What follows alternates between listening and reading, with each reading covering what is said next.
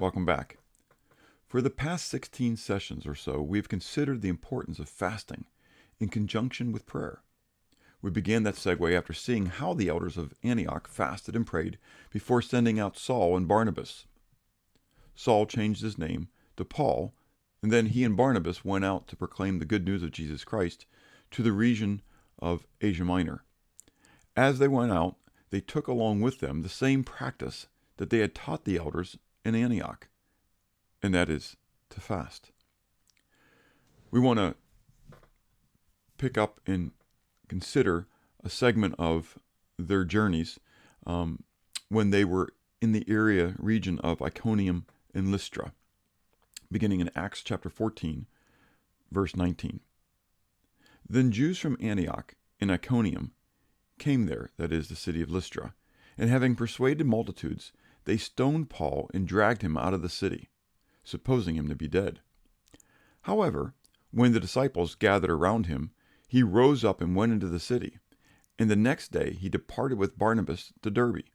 And when they had preached the gospel to that city and made many disciples, they returned to Lystra, Iconium, and Antioch, strengthening the souls of the disciples, exhorting them to continue in the faith, and saying, "We must through many tribulations enter the kingdom of God." So when they had appointed elders in every church, and prayed with fasting, they commended them to the Lord in whom they had believed. Because Paul healed a crippled man, the Greeks in Lystra believed that he and Barnabas were Hermes and Zeus, respectively. Paul and Barnabas had to convince them that they were just men. But as finicky as people are, when the Jews who fought against them came to Lystra, they were able to stir up the crowds and to attack Paul and Barnabas, believing them now to be frauds. They stoned Paul until he believed he was dead and dragged him out of the city. We're told that the disciples gathered around him. Literally, the word means that they encompassed about him.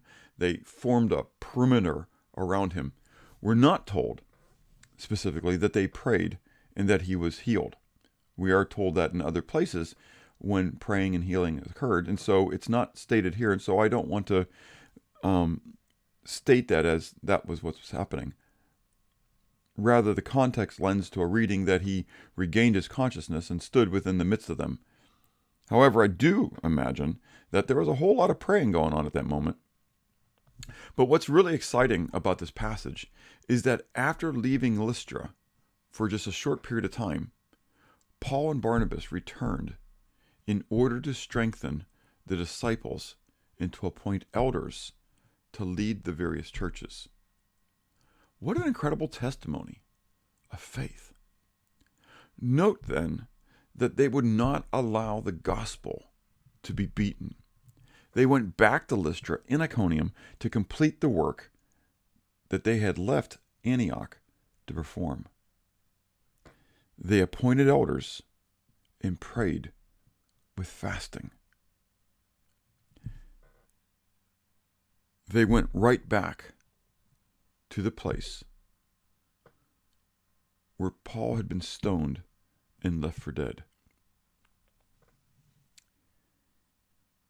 As they went back and they strengthened the church and they prayed with fasting, they were preparing themselves and those churches for the spiritual war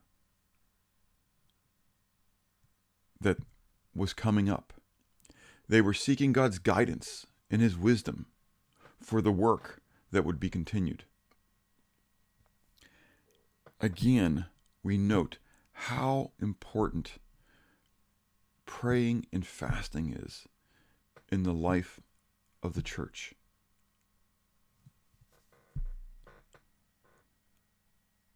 So again, I ask myself, as I ask you, how important is praying and fasting in the life of the assembly that you attend? Again, that's not to be negative toward a church, rather to seek to be encouraging to those who know the truth, to encourage others to begin to embrace the fullness of this relationship with Yahweh. We ought to be a praying church. May the Lord use you as a spiritual influence in the lives of others that surround you, to be a tool in his hand to encourage others to grow in a life of prayer. Go and pray and have a blessed day.